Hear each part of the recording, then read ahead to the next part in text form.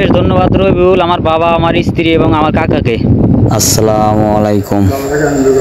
তো আমি আপনাদের বলেছিলাম যে আমাদের গাভীটা প্রেগনেন্ট, অল্প কিছুদিনের মধ্যেই বাড়িতে নতুন মেহমান বা অতিথি চলে আসবে, তার মানে হলো গাভীটা বাচ্চা দেবে। তো আজকে গাভীটার সেই বাচ্চা প্রসব করার সময় চলে আসছে। তো বাড়িতে এসে গাভীটাকে চেক করলাম, পরে ডাক্তার সাহেব যিনি আমাদের পল্লী চিকিৎসক আছে ওনাকে কল করলাম। উনি বাড়িতে এসে দড়ি টড়ি রশি যেগুলো বলে ওগুলো সব রেডি করে উনি গাভীটার কাছে চলে আসলেন এবং কি ওনার যতটুক চেষ্টা বা ওনার ধারা, তো উনি গাভীটাকে সুন্দর করে খালাস করে দিয়ে প্রসব করিয়ে দিয়ে চলে গেলেন। তো দেখতে থাকুন ভিডিও, অবশ্যই ভালো লাগবে।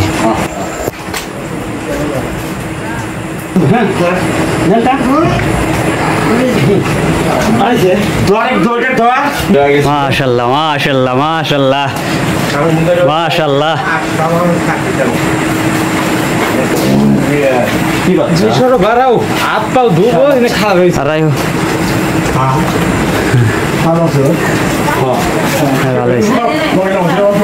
তো আসসালামু আলাইকুম। তো বাড়িতে যে নতুন মেহমানের আগমন ঘটলো আমাদের বাড়িতে, তো আমি বলেছিলাম যে আমাদের গাভীটা প্রেগনেন্ট, অল্প কিছুদিনের মধ্যে বাচ্চা চলে আসবে। তো ওই যে আপনারা অনেকে হয়তো চিনেন আমাদের যে গরুটা যে দেখাশোনা করেন এবং কি আমাদের পল্লী চিকিৎসক, আমাদের গ্রাম্য চিকিৎসক, বা উনি একটা কোম্পানির সাথে জড়িত আছেন। তো ওনার সাথে কথা বলবো যে ডেলিভারিটা কিভাবে হলো, কিভাবে সম্পূর্ণ করলেন বা কীরকম হলো, কথা বলেন, ওনার সাথে কথা বলবো। আসসালামু আলাইকুম। আচ্ছা, আসলে গরুটা 2 ঘন্টা থেকে পেইন আসছিল।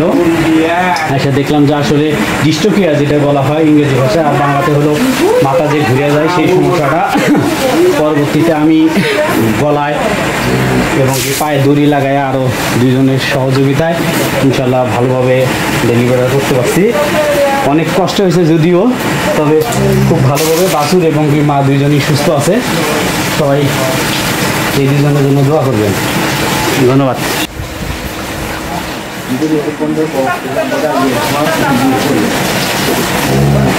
রাতে কল ধরবো, কালকে ঘুমনি, দিনে ঘুমনি।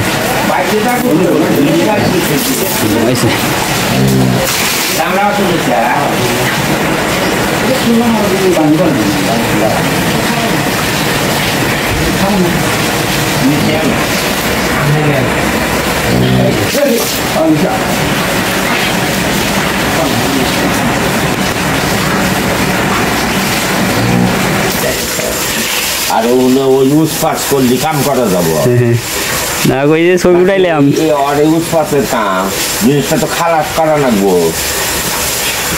তো এখন বাজে 12টা। সবাই ভালো থাকবেন, সুস্থ থাকবেন। তো গাভীটা থেকে কত লিটার দুধ পাইতেছি এবং কি কি পরিচর্যা করতেছি সব কিছু তুলে ধরবো। ধন্যবাদ।